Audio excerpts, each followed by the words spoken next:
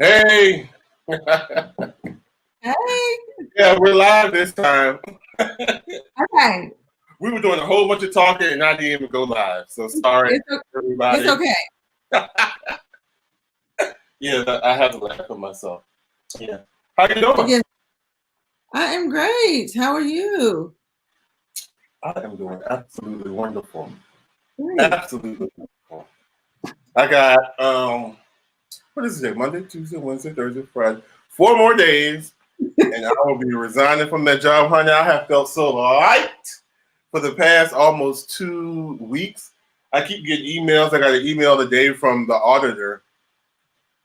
She's always sending out memes, but I found out that she's like 70 something years old.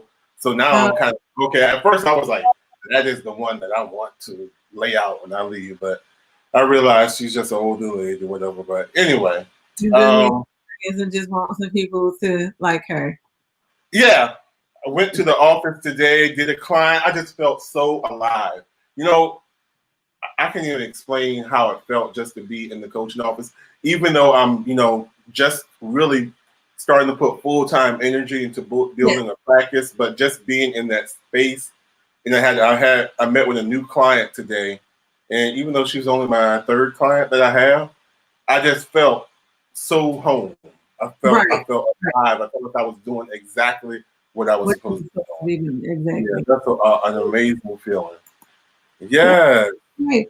Well, we would like to welcome everyone to our show. I am Shanika. Adrian, You are and you are, who are you? that's my client, Adrian. She has braids. She's been cheating for a while. I know she's So Adrian. I'm Will Strayhorn. I'm Will. Thank I'm you. Will. Yeah. Will Gravely Strayhorn. Please don't forget your I entire name. keep getting dinged for saying that, but yeah. So Welcome, everyone. Welcome, Adrian. Please make sure you like and share, and please like tell us where you're viewing from, okay? Because we really love to know where everybody's viewing from. But we like to thank everybody and welcome to the chat if you have never been here. And we are going to. Touche. She said you cheated on her with that job. I did. I did. I sure did. I tried to That's tell it. him, Adrian, but he needed to figure it out for himself. Everybody tried to tell me. But I'm the type of person, you can say the stove is hot. I gotta touch it to make sure that it is hot for real. So you ain't ever gotta worry about no job, no clocking. Remember I said I want to go to a meeting, I want to punch a clock. Girl, I don't Yeah, want that. I do recall you saying that. Yes. I don't want that. Uh-uh. Yeah. I mean, I didn't think you did, but I guess you just needed to see for yourself. Yeah, you're right. Hey, Amy, come on in, have a seat. Pull up a chair, have a seat. Yes, get your drink. We have a full show of hot topics.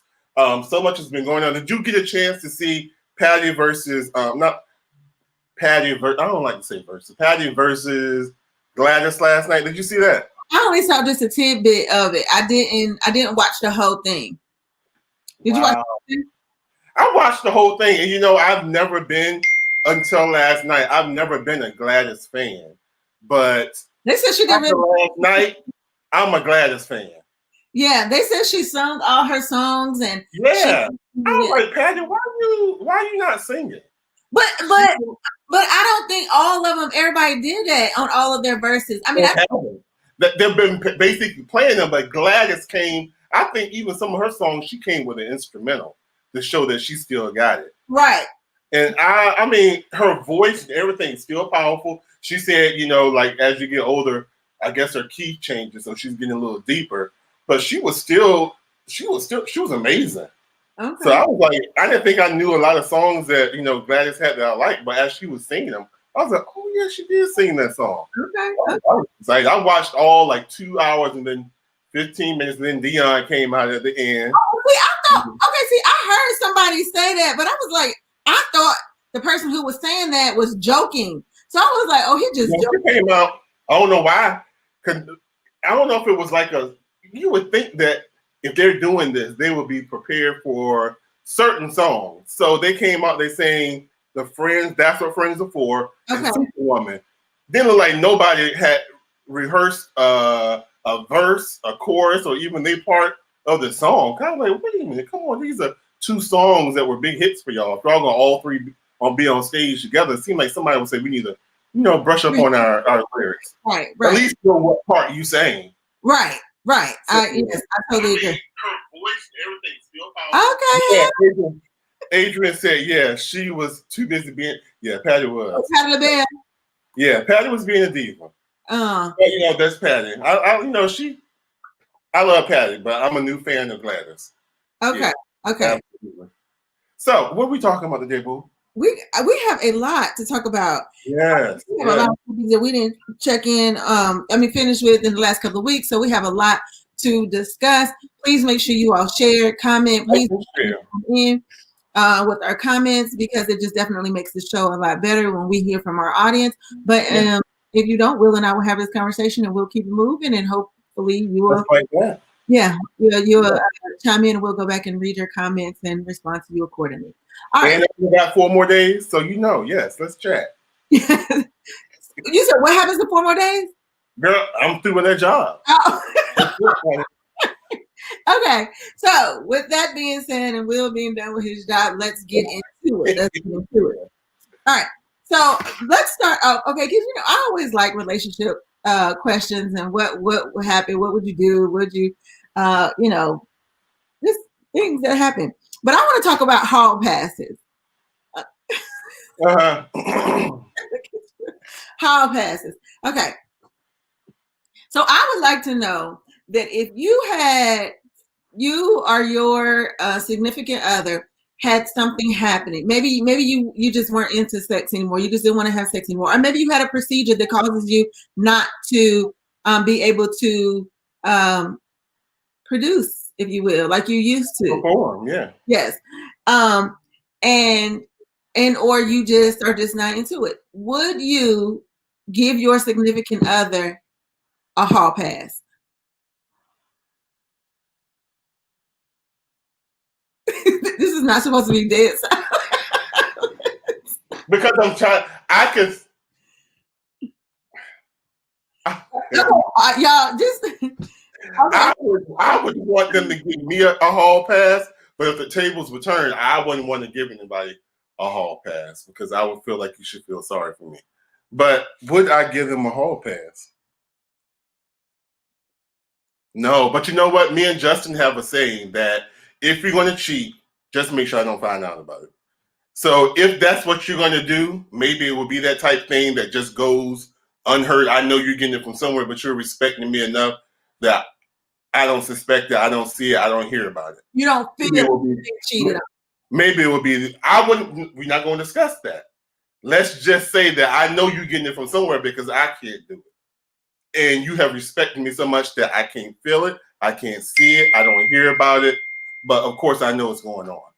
Maybe it'll be that type of situation. I mean, because I can't expect, but then again, well, I don't know. Because there's some other things that can go on. Would that make you happy? Okay, right. So some other things, because I had this conversation and somebody was like, well, what about the other things that can happen? And it's just like, okay, but like how, like if you like a certain thing and this is just to get you through, like how long are you intended to just accept that thing? That's a conversation. That's a conversation. I think that's a conversation that needs to be had. Now, whether that is going to affect whether the relationship is going to be in jeopardy, I don't know. I would hate to think that sex, an established relationship, would be ended because of sex. Now, Justin and I have had a conversation too. He said basically if I had a sexual issue before we got married, before we started dating, it would be off the table. He wouldn't be able to do it. But if we were already married and something came up and I wasn't able to perform or whatever, then of course he wouldn't leave me. Does that make sense? Yes, it does make sense. It makes sense. Okay, I need to have a conversation with him because I need to know exactly like what is he willing to accept, and it wouldn't end. It would become.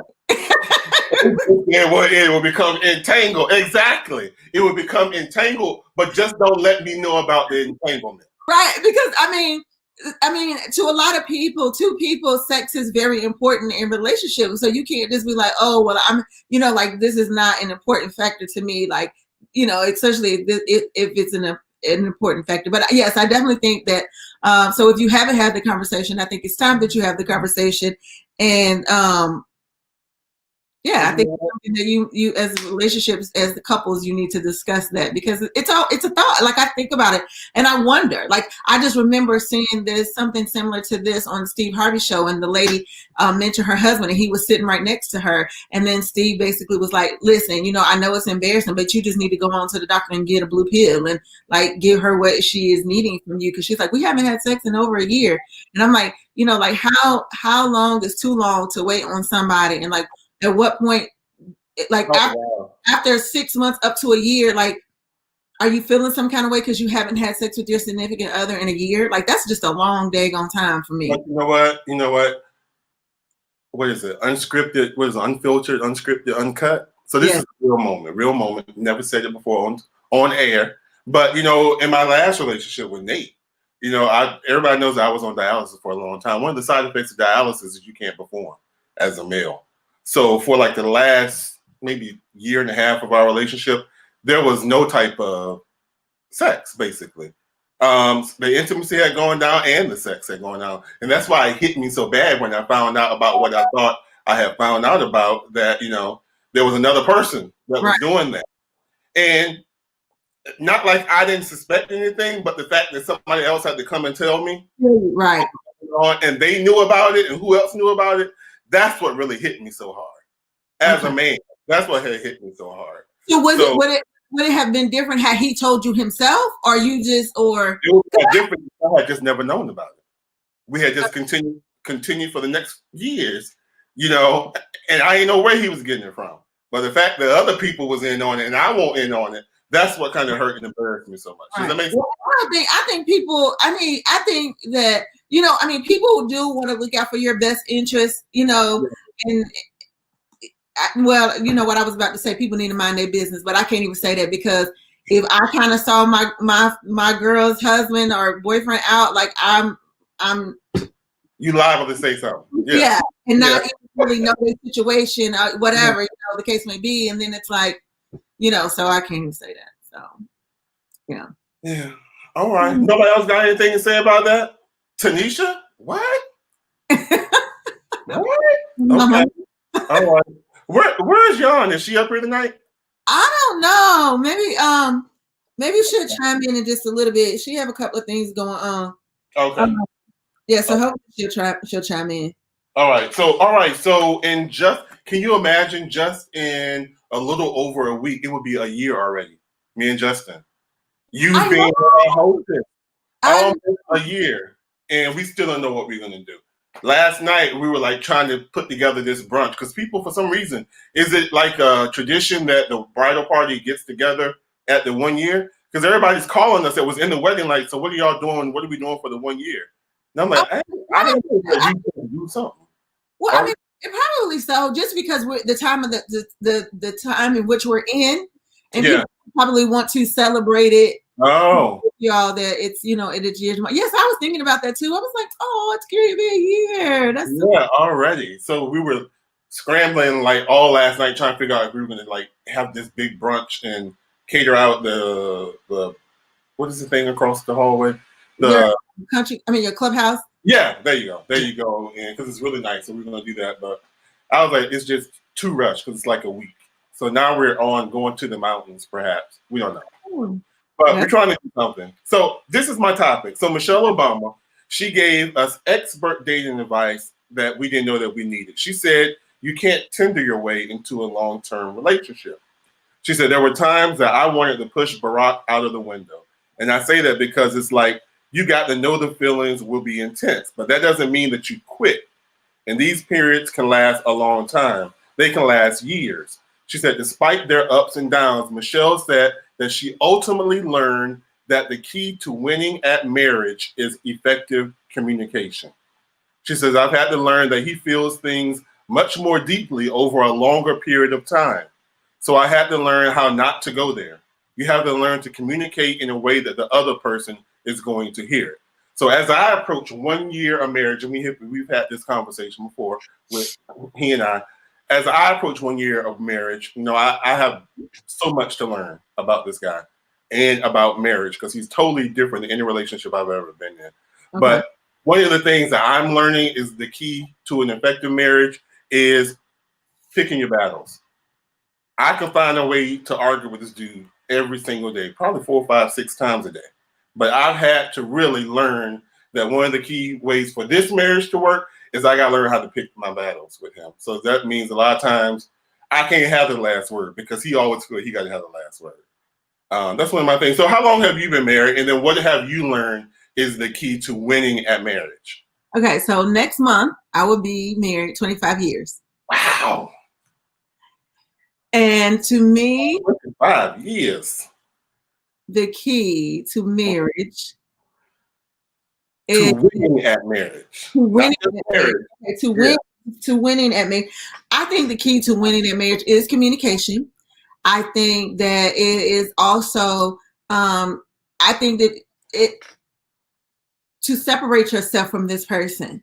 Like, because I think that you have to have something else going on. Because if you rely on your happiness, or if you rely on this person to always fulfill your happiness or make you happy, or, all of it, like, you're going to make yourself sick waiting on this person to make you happy or feel things that you think that this person should do. So I think for me, when people ask me, like, okay, I don't necessarily know. This is a roundabout way of answering your question, I guess.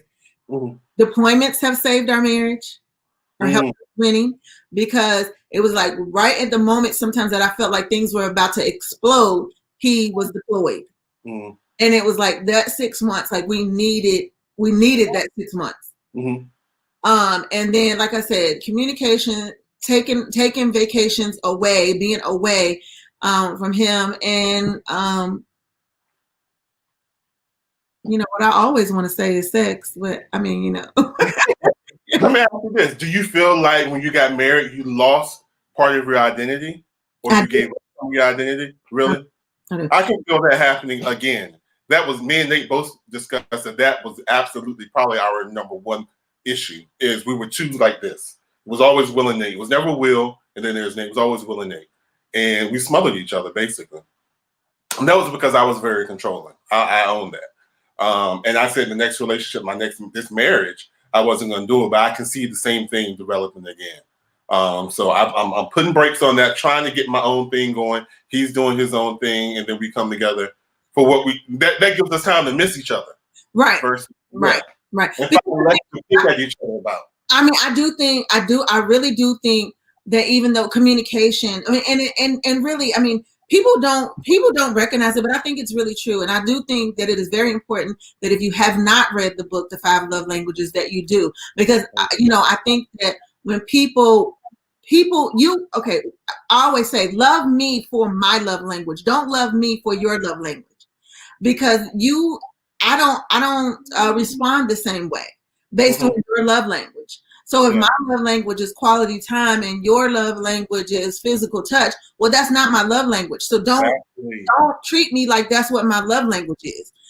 So I think that you have to communication and effective, because when she says effective communication, I think that there's a difference between having communication and having effective communication, because sometimes people will hear what you say, but don't internalize what you say.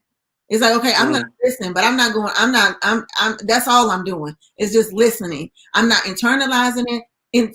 I'm not really hearing and accepting and regurgitating in my mind what you're saying to me and how you really feel. So I think that when you say effective communication, it's deeper. It runs deeper than just me talking and you listening. To me, it's much, much deeper, because communication, there's unspoken communication, there's spoken communication, there's body language, there's so many different forms of communication that can happen. And definitely, like you said too, picking your battles, because I'm not really one with arguing anyway. And I made a post about that the other day. If I could diffuse it, then I could, let's diffuse it. I just want to talk to you. I want to talk to you. I want to know what you feel. I want to know what you think. And then, sometimes Walter, and I know, well, he might get a little bit of attitude. And I'm like, well, tell me. Nothing. You just being smart, and I'm like, well, okay, well, we need to have a conversation, and I think that's just it. It's like, not just to shut me out, because if you shut me out, then I'm just like, forget it. Then, you don't have an opportunity. Okay, well, now that you said, let me play devil's advocate, because that's what I do. So just like you were saying with the love languages, they have to love you for your language. So suppose your communication style is you want to deal with it right now. Let's talk about it. But his is not like that. He has more of a passive approach to doing it. Maybe he needs to take some time, cool off before he can do it. But we need to talk about that right now. How do you handle that? Is that respecting his communication style? Well, I don't feel like that is okay. So just being married for him, the amount of time that I have been married, is not new. So I know that it would never be addressed. It would kind of be like, we'll just move on to the next thing. And it's like, no, we've done that. Like I need to understand what it is you didn't like that I said.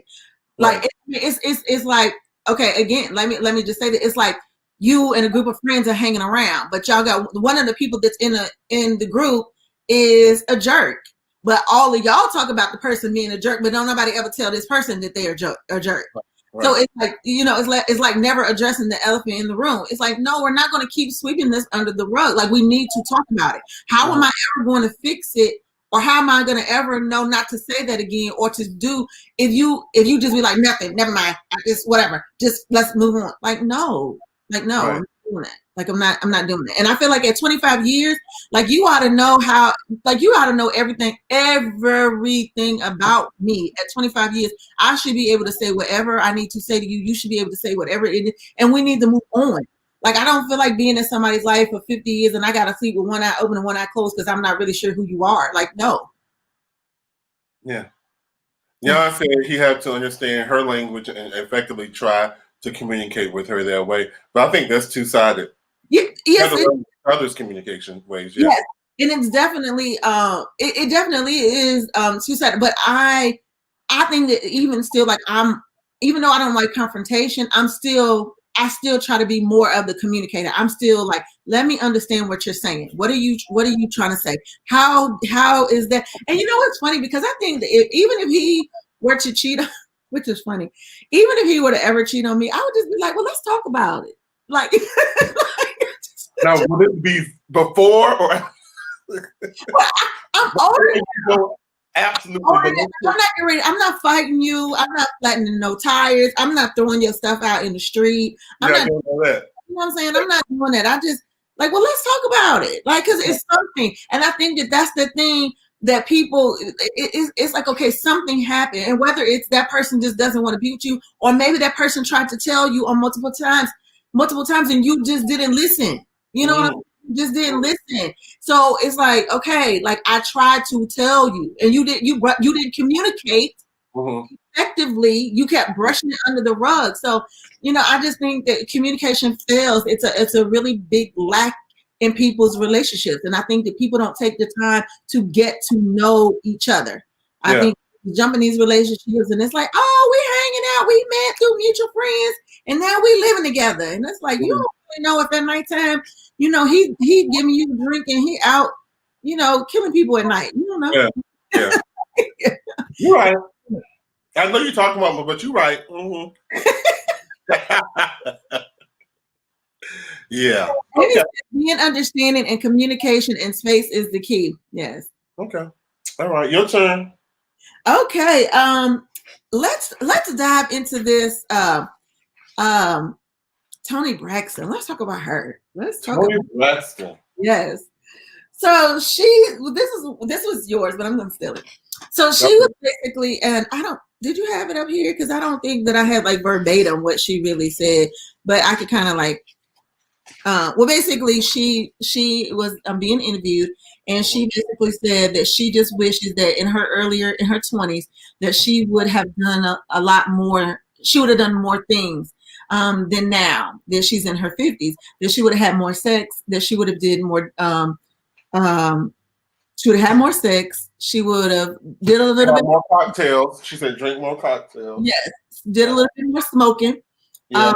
And just basically had a good time. Yeah. And that now in her 50s, that she would have all the money that she needed to pay for her therapy from all the stuff that she did in her 20s. Right, exactly. Exactly. So I guess my question really is, and she was saying that in her 50s, she doesn't think that she should be out really having a blast now that she's in her 50s. So I guess my question is, but my question is it ever too late to really have a good time? Like, what do you think that once you get in your 50s and your 40s and your 50s that, I mean, I do think that there's some things. Well, no, because I mean, I just feel like maybe as a celebrity and her status and the role that she has, or the what's the word, her status, her image, everything. Yes, that she has, perhaps not. But I'm in my 40s, and I'm always like, if I go down to the New Orleans without the husband, to the New Orleans.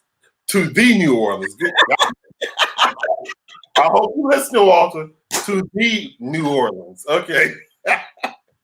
It's going to be the mess. Yeah. Yeah. So, but yes, and Toni Braxton is beautiful. So, right. Yeah. And I don't think that you should, because when you look at people, like, I'm almost 50, but I don't necessarily feel 50. And I feel like if I want to have a good time, I'm going to have a good time. I still want to get on the dance floor and I want to dance. I still, I still want to have a cocktail. I still want to, just not be irresponsible, to say, but there's still some things that I want to do. Like, I want to have fun. Yeah. I think it's been my experience that as you get older, what's fun changes. I don't know if you remember, like, when you were in your 20s and then people were thinking, like, you saw somebody when they're 40s, you're like, oh, that's old. But when you're in your 40s, you're like, I'm still having fun. Right. So fun for you necessarily is not what was fun for you when you were 18. Sometimes it might be. But, fun, I think, evolves as you evolve. Right. So no, I don't think, like your mom said, you party until you die. Your party might look different, feel different, but you party until you die. I don't think anybody should ever tell you that you're too old to enjoy the life and the breath that you have. Right, like in my 20s, I don't necessarily know that I would have went in a strip club. Like if me and my friends, we was like, we're going to a strip club, I'm about it. Let's go. I would have worked in one. Yeah. If I ain't had this belly, yeah. I told Justin, if this practice don't pick up, I'm gonna be on the streets. As long as I got this money, just know I go out at night, come back early in the morning, and I got money. That's all you need to know. And the bill is paid for. Good, right? That was about a size. It's a market for it, boo. It's a market for all sizes. Trust me. I know. I was just like, he's like, that one right there. No. Yeah. Hey, who auntie? Oh, it may be someone on another, because I'm not sure. People are logging in on other. Oh, okay. We can't see, yeah. All right. Is it my time? Yes, it is your time. Okay, so this is what I want to get back to. I kind of like skipped over this for like 2 weeks. So Abby Johnson, do you remember who she is? I think she's a Republican. She's some type of politician, but she's a Republican. She's the one who adopted her husband adopted the black, the black little boy. Yes, right? yes. So she has this video. I was trying to upload the video, but it was too long. And she said at the Republican convention that police would be smart to racially profile her adopted black son. This totally pissed me off. So she is an anti-abortion activist who spoke at the Republican National Convention. and she was talking about all the racial profiling that police officers are doing. And she said that police officers would be smart, quote, to racially profile her adopted Black son because Black men are statistically more likely to commit a crime. She said this out of her mouth. This is what she said. She said that she introduced herself on the video as a white conservative, non-woke person. Then she described her son, Jude, as the most adorable little brown boy you will ever see in your life. She said that, her and her husband, they have a total of 8 children, and they adopted Jude in 2015. She said she doesn't work on emotions. She said she looks at statistics. And looking at statistics, she's not upset by the fact that she'll have to have a different conversation about race and policing with Jude than she will with his white siblings. She said she looks at statistics over emotion, and what did she say? Jude will, she said, next time a white person brings up Black on Black crime, tell them, according to the FBI, white leads to, this is what somebody told her, which I really like. They clapped back at her. They said, the next time a white person brings up Black on Black crime, tell them, according to the FBI, whites lead in incest, child pornography, abduction of children, U.S. terrorist attacks, insurance fraud, police brutality convictions, hate crimes, mass murders, inside trading convictions, malpractice suits, and convicted politicians. Feed them a spoonful of that and ask them, how does it taste? So I want to ask you, do you think, and then she ended, she said that she thinks that fatherlessness is to blame for the disparate incarceration statistics in Black households. And fathers have not stood up. They have not taken their place in the home, particularly in Black homes. And she says statistics show that over 70% of Black homes are without fathers. I have not researched that, but that seems like unusually high. I hope that's not true. Have you heard of that statistic? I have not heard of that that statistic. No, I have not. But number one, I'm afraid for this little boy's life because what he's being fed, how he's going to grow up. He's going to grow up hating himself. Yeah, because he's already being poisoned that you are statistically inclined to do wrong, to commit a crime. Right. Yeah, I don't understand. How do y'all feel about that? Somebody needs to get their kid up out of there. Yes, and that exactly, and it's very sad because the thing about it is there are many Black children who are adopted by white families, and it's not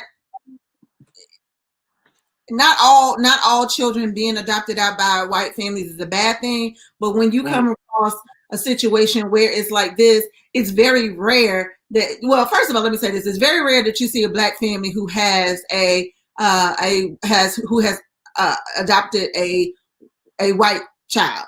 I've seen maybe like 3 families on Facebook that have actually who adopted white children. Okay, first let's say that. Number 2, when that is your comment from having an adopted Black child, I like you fear for this child, because why would you even instill that? Like, even with my Black child, even if I had a Black son, yes, I would tell him how to conduct himself, but my thought is not the first that, you're going to commit a crime. You're more apt to commit a crime than a white child your same age or whatever. Like, you're just more statistically inclined to commit a crime before this other person. And I just think that that's pure ignorance. Like that, but that's how, as they say, color, and racism and discrimination, that's been taught. You are teaching him that. Exactly. Not only that, you're teaching the siblings. Yes. That there's a difference between him. There's a difference between him and you. Yeah.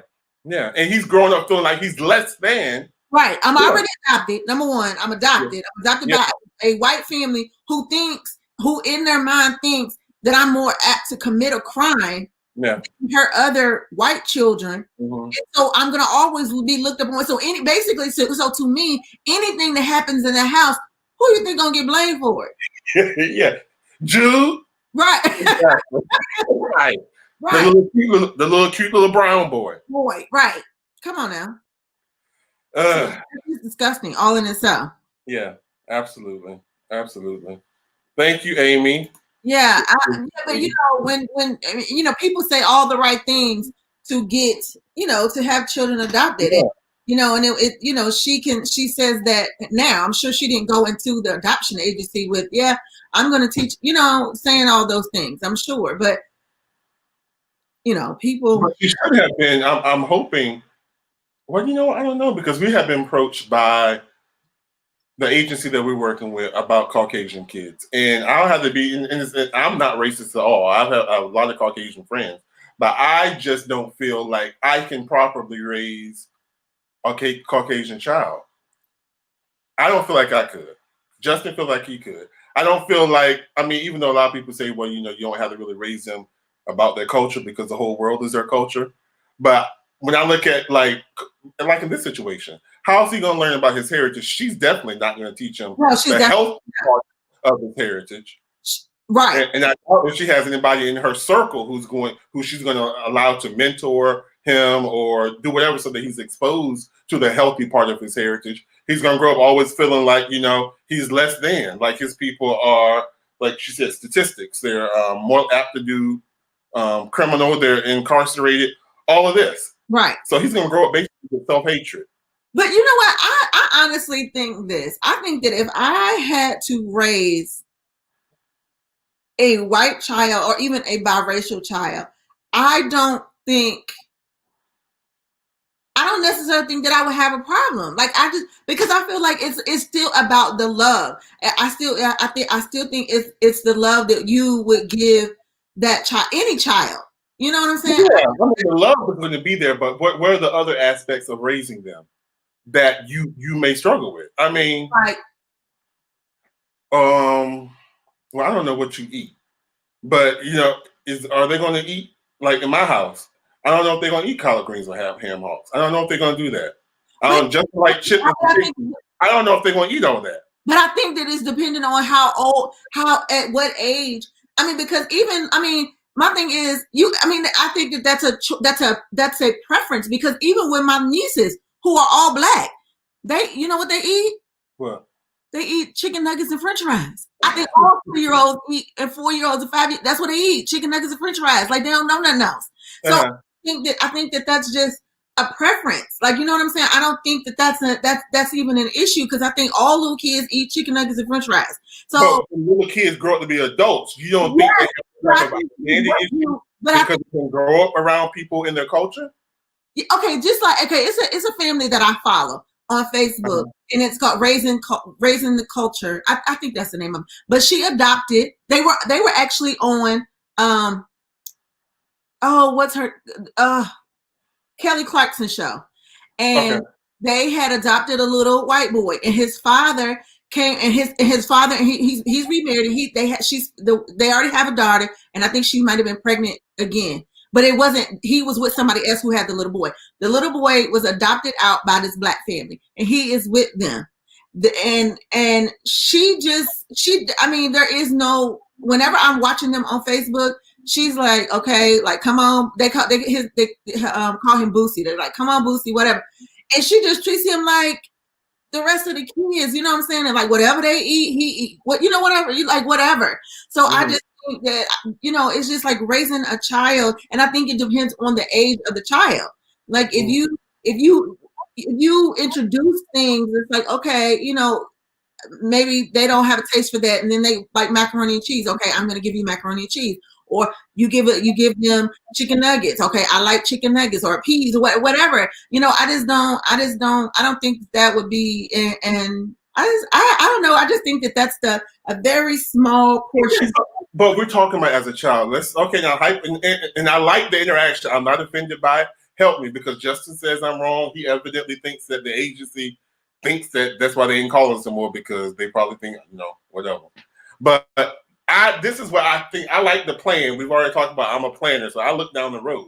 So, okay, we can do the menu 3, 4, 5, 6. They're in high school now, you know, talking about going to college. So from me and my experience, what I grew up around, and I talked to them about the college experience and talking to them about, you know, possibly pledging AKA or Delta? Or am I supposed to go do a whole bunch of research about the other sororities and stuff like that? No, Those are things that I don't know anything about. No, I would just say because now the respecting the culture and the culture, there are white guys who join black fraternities. There are white girls who join black sororities. There are, Is my goal to turn them black? Because that's what that sounds like. Wait, say it again. So is my goal then to convert them to be black? No, I think that your goal is, if you're interested in the sorority, like just tell me what sorority that you're interested in, and why do you have to label it? Like, why do you have to label just because I'm black? You need the world labeled it. I ain't do it. I ain't do it. It had nothing to do with it. But just because the world labeled it as something, just my child, even if she said, okay, of course we know that there's, there's the divine nine. Okay, we know that. We know the divine nine. We know. Okay. But if my child came home and said, "Mom, I don't want to join, any of these. I want to join this one over here that happens to be a white sorority." It's like, okay, it's like, okay, well, what do they stand for? Does that align with your morals and your values? And because I feel like I have raised a child to have her own beliefs and ideas. And so, it's not necessarily, the idea is that, oh, yes, white kids need to join white sororities and fraternities, and black kids need to join black fraternities and sororities as the world has labeled it. But I think it still depends on, what you present and what you put in front of them. It's like, okay, like I told you, you don't judge people because everybody is not going to, you're not going to have what everybody has, and everybody's not going to have what you have, but you judge, if you will, how people treat you. And if you don't like how somebody is treating you, black, white, whatever color they are, you do not have to accept that. It's point blank, period. You don't have to accept that. You don't, and it just because somebody may have less or more than you, it still does not mean that you don't befriend them. You're not nice to them. You're not kind to them. So to me, that's what it's about. It's being nice, being kind, being a decent human being, and unfortunately, yes, as you did say, that society has labeled things. Society has put us in a position where we have to explain to our children a little bit more than, whatever. And then, there are some things that I do think that if you were raising a white child, you would have to say, yeah, people, there may be people who will call you a nigger lover. There may be people who will call you out your name because your parents are black. There may be people who will call you out your name for whatever reason. But people who call a black person white. You ever had that happen? Yes. Have I ever had somebody call me white? Yeah. Well, I had people who have asked Asia, is she sure that she's not white? And she's like, look, I already said, don't ask me that again. Both of my parents are black. Or whatever, or if she's mixed, is she sure she's mixed? And that, that kind of offends me because I'm like, so what you think is black people can't be pretty or nice or looking, or they have to be mixed with something in order to be like, that's just foolish to me, and I don't like it. And I just don't like when people harp on color because, I think for me growing up, it was always like, oh, she thinks she's pretty because I'm like, no, I don't think anything. I don't think anything because I'm pretty. Like my mom didn't harp on that. It was just like, okay, I outside the biracial, and I think I've already said this before, outside of the biracial children in my family, I'm the lightest one. You're the lightest one? Yes. Okay. Outside of the biracial children. Okay. And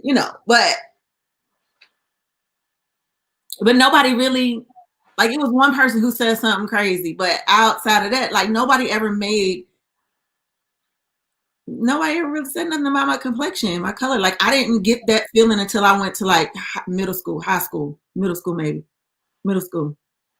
that people were just like, oh, she light skinned. Oh, and I used to talk with my hands. Like she talk with her hands, and she light skinned. She thinks she cute. I'm like, no, I don't really. Like, I don't. Like nobody fed that to me. Mm-hmm. So, but okay. I think you could do it. I think you could do it. I really do think you could do it. I mean, it is okay. I don't want it to go out that I'm being racist. I just feel for the best needs of the child, I think that I wouldn't be the best person to raise them. Doesn't have to do anything with love. I just don't feel like I will be able to culturally raise them. Because I mean, that's just how I feel. I mean, if they come, they come. You know. But but even when you okay, but we're gonna move on. But but I don't know. I still even think culturally. I don't even think it would be an issue because I think who's I mean, for black to white, because everybody say the world is white. So, but for like in this situation, I don't understand how they can raise a black man to be a black man. How are you going to teach a black boy unless he has black influences? If we have a support system of people, I know you can show them all the love and give them the best of this and that. But as a person who grew up, and I'm not light skinned, but because I spoke good English, I went to good. My parents gave me good things. And I didn't grow up in the hood. I don't have a rags and riches story. A lot of people say, "Oh, you think you white?" You know what I'm saying? So I don't like that. I don't like that. I don't. Oh, you acting white? How do you act? I understand. Yes, I understand. Yeah, how do because even when I'm speaking, sometimes people are like, "Oh, you proper?" Yeah. Yeah. And I'm like, no, I just over the years, I have just been in situations where I realized that I didn't want to, like, I can, independent of who I'm around, like, I can switch it up. But why do I have to speak that way in order for you? Because you can understand whether I'm talking like this or whether I'm talking all, you get it. You know what I mean? You get it. You know what I'm saying. Say it again. Well, you basically, you want to say, you know what I'm saying. Right. However I deliver it to you, you know what I'm saying. Right. But I don't even when I'm playing around, like with multiplication, they're like, can you please stop? Like when I think I'm being like, they're like, stop, please. Yeah, I think you be hood. Mm-hmm. They're like, can you please stop it? Like, they're used to it. They're like, stop, please stop. Walter hates it when I do it to him. He's just like, please stop. Yes. She said, why do you and your siblings say that about me? Say what? Me and my sister be saying when she get on the phone and talk to certain people, she act proper. You know how to put it on. Right. Exactly. I don't know. I don't know. I don't even know how it came about. Me just speaking. I think words are my thing though. Words have always been my thing. So I always wanted to speak like, and I don't think anything ever happened or somebody said anything to me that made me feel like I needed to speak correct English. I think I always have spoke like this. I don't ever remember when I didn't speak like this. Yeah. I mean, it should be just second nature. Yeah. Okay, your turn. Okay. No. Your turn. Your turn. Okay, I have one, which we have not talked about, which is almost old news. So let me bring this up. Yes. Is she gonna get it?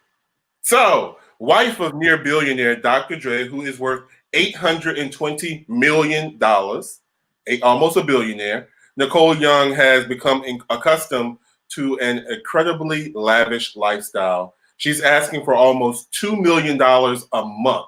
Yes, a month. In this divorce. And she's broken it down pretty much like this. She wants what? Laundry and cleaning, she wants $10,000 a month. Clothes, she wants $135,000 a month. Education, which is tuition and living expenses, she wants $60,000 a month.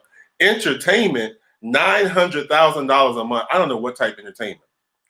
Charitable contributions, $125,000 a month. Is that tithing? I'm not sure. Mortgage is $100,000 a month. And then telephone, cell phone, email, $20,000 a month. So Dr. Dre, they say, is already covering her expenses, which include cost of chefs, security, and maintenance for their home in Malibu, where she, primarily resides. So, being worth $820 million, is she deserving of $2 million a month? Yes or no? I want to hear what you ladies have to say about it. I'm just thinking $900,000 for entertainment. I'm thinking this is vacation too. But my question is, does she have any a job, if you will, or was she a housewife? Because I know that she has 2 children. They have 2 children together, and I think he has. Because I researched him, I think it was 7 children and 1 died. Oh And wow! yeah, From another marriage or from another relationship? Yes. Yeah. Yeah, and I know he has 2 children with her, and then like I said, I think it was altogether 7 and 1 died. I think it was. It and I think they're all grown, so I'm not really sure how much or if any, if he's on any back child support or any support that he's given to the other women that he has children with. But for that, I mean, $2 million a month. Like, and then my question is, are you having to spend exactly the $2 million every month?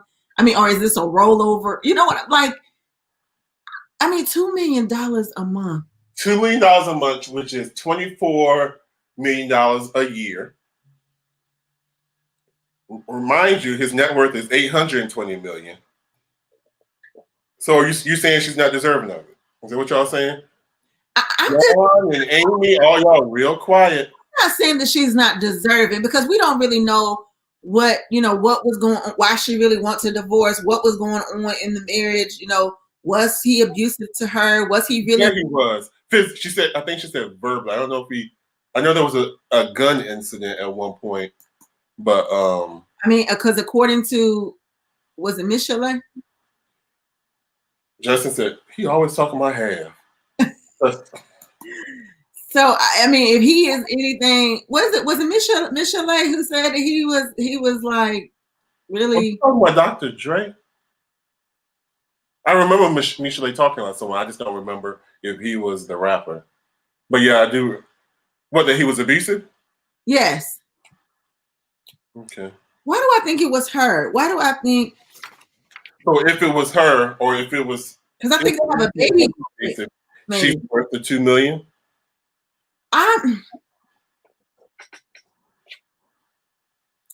What would you say? What would you? I'm like this. If she gets the $2 million, then she worth the $2 million. Uh-huh. If she doesn't get the $2 million, she wasn't worth it. She wasn't worth it. No, she wasn't worth it. But but I also feel like this. This is what I honestly feel like.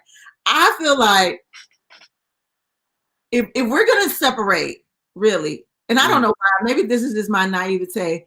I just feel like if we're gonna separate, why don't you just give it to me? Like, why do we have to go through the courts? Why can't you just set this allotment up and just give it to me? Why do you feel like I'm not deserving of it?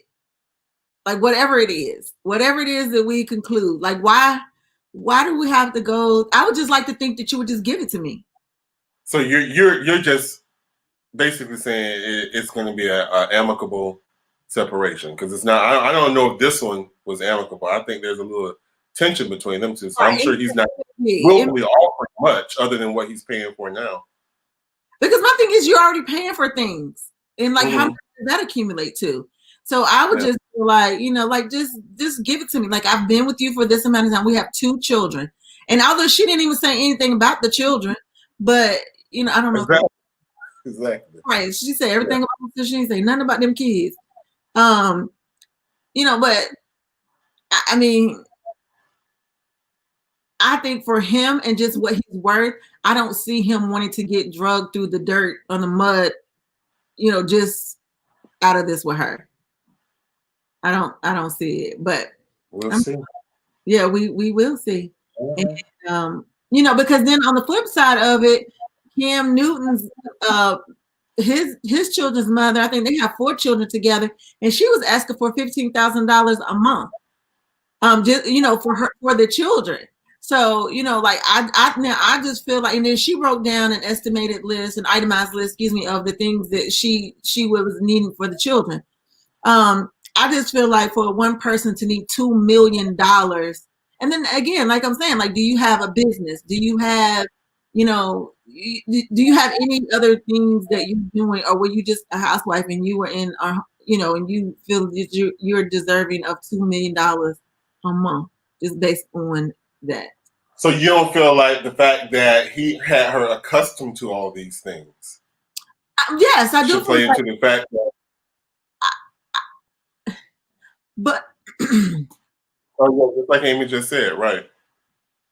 he introduced her to that lavish lifestyle, so therefore pay up, don't stop now. Well, right, and I think that when they go to court, that's what I'm saying. That would be asked. That question will definitely be asked. Like, is this, if she didn't work, is this the lifestyle that you created for her? And then it's gonna be what it is. They're gonna just be like, okay, well, yeah, you're gonna have to pay it. So like I said, if she get $2 million, then she worked it. And if she don't, then she's not. so that's just what that is. How do you feel about prenups? Do you think he should have made her sign a prenup? I do feel like I should have made him sign a prenup. I do. I was telling him the other night. I told him, I think, Shanika, I told him, did I not tell him last night? I said, it was a lot of things I should have had you sign. I don't know. And it was in my mind to have him sign a whole bunch of things, and he signed nothing.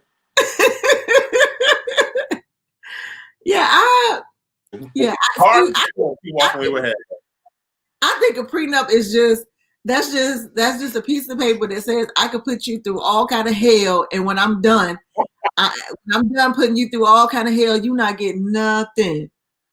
So no. Okay, so Yvette says, this is my aunt. Hey, many people have parents who are rich and introduce them to lavish lifestyles, but that doesn't give you the right to demand they keep it up once you're grown. Well, that's true. That's true. But usually when people get married, you traditionally, it's supposed to be till death do you part. So you enter into this union, and you guys become one. And if this is what you guys grow used to, and then now it's over with, I think, can't that cause some type of a trauma? If I go from being up here, and then all of a sudden you want me to survive off of, what's the average? I don't even know what the average alimony or whatever you get per month. And then $5,000 a month. That's traumatic. Well, right. But then I have to ask the questions like, does it matter if he is opting out of the marriage or if she's opting out of the marriage? Does it matter? Does it matter who is, like, if she's saying I'm done, I'm walking away? Does it then matter? What she is entitled to or what she isn't entitled to, or maybe that's just the state in which they live in determines that. Yeah. So she took care of the home, so she needs something. Well, yeah. But I mean, what she's at, well, I guess. I think $2 million to us just seems astronomical. But in the realm of how much money is at stake, I'm sure his lawyers are saying, well, look, she could, like Justin said, she could be coming for half your stuff. I don't know, how long were they married?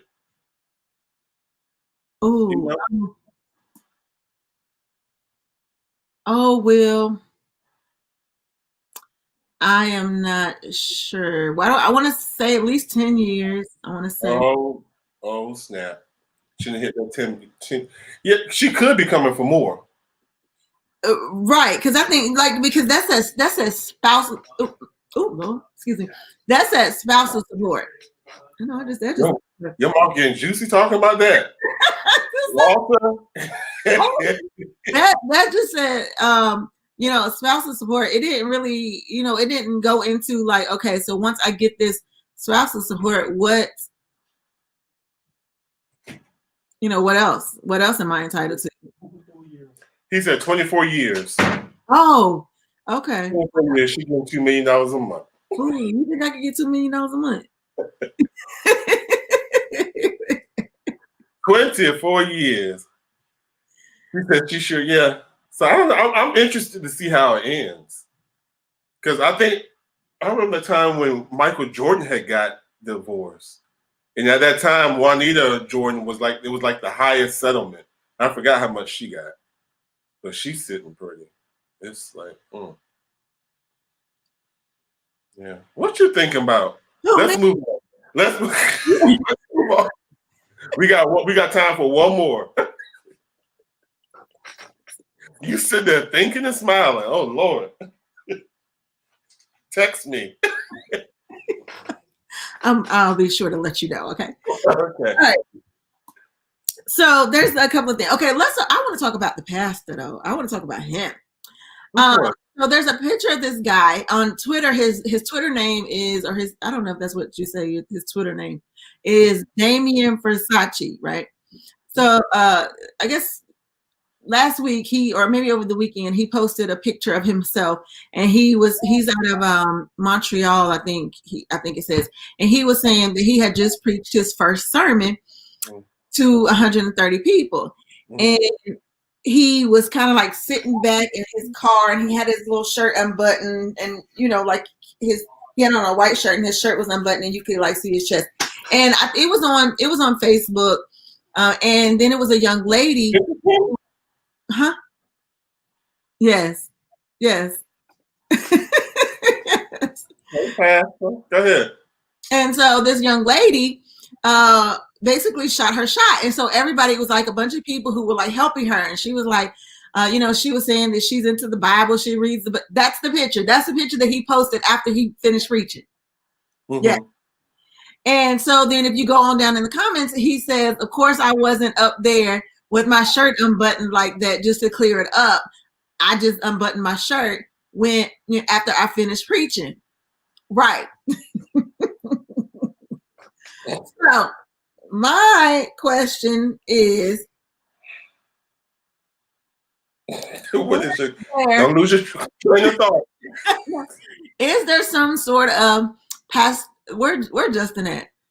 Pastoral etiquette? Like, should he, I mean, because he said basically what he's saying is he needs people to understand that you can still be a Christian and look good and dress good.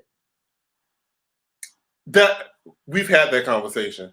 I mean, I think he's just that new age. But if you keep going down his Twitter, you will see where he has on a pair of yes, but keep going. Keep going. Hold on, let me send this friend request first. Go ahead. He has on no shirt and like a pair of swim trunks. Yeah. What? APA WAP. Now, Pastor. So, should pastors, should there be some type of etiquette? Should they? Justin says yes. I just feel like this pastor right here, hallelujah, this pastor is going to reach people that the traditional bishop, good so-and-so, is not going to reach. Mary, and all these Kiera Sheard, how they dress is letting younger people, and I learned this back from when I left out of the Church of God in Christ. They're not, you can't attract them being all covered up and saying things they can't do. Like the people was getting on Kirk Franklin, how he danced and his look and his style, but he's attracting a younger generation. He's letting people know that you can still love God, you can still be hip, you can still dance. Now, this one may be going, this one may be going on a little bit too much because it's like my pastor used to say, as long as it's not degrading, sexual, or sensual, it's pleasing to God. That's what she used to say. So these pictures kind of hot. Yeah, it's like on that line. Right. But him wearing the hip clothes and hip hop style, I think that's fine. He's going to attract a different audience. He may not attract our parents, but people like on our age and younger, definitely, that's who he's going to appeal to, and it's all about his message. Some of these pictures, can be somebody's screensaver and all that kind of stuff, but he is an attractive pastor. Right. I'd be on the pastor's board. No, you won't.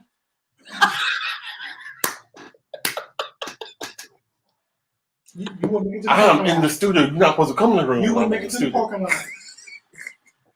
See, that's why you need to have space. You gotta have space. I gotta have my own studio down the street. This is why. Yeah. But yeah, so yeah, that was my question. Should there be some pastoral, if that's such a word, etiquette? Pastoral etiquette. Thank you for introducing me to this, Pastor. And he just sitting back. He had on the gray sweatpants and everything. I was like, "See, Pastor, come on." Where did he have the gray sweatpants on? Well, in the car. Fall down these. Because I'm halfway through his post and I ain't seen no. You went all the way to the end?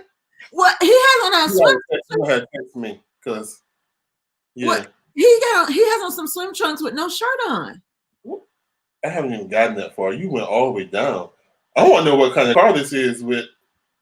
And he always laid back. Like he always like he wants you to get a full show. Yeah.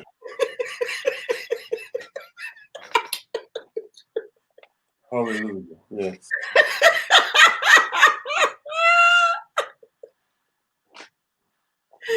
Why, Lord? Why? I cannot. Yes. You gonna Are you married? huh? This all okay, yeah. Anything else? Hey Asia. I know. Hey, Will. I can see Asia married to him. You sure got quiet. Asia married to him. He wasn't last, honey. He was last. He got a different type of flock following him. Oh, I see the gray ones. Yeah. Oh yeah, he a mess. Yeah.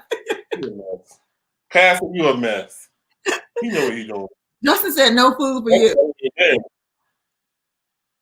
He is a mess. In what state is this? Oh, he all the way over there. Right. I do like to go visit churches, but that's too far for me. I can't even warn. He would know I'm up to something. No food for me. Oh, I got to go then. Yeah. You have enough food now. Thanks, everybody. Yes, y'all. Thank you all so much for joining us. Thanks for your comments. Continue to share, follow, and we will see you all here back.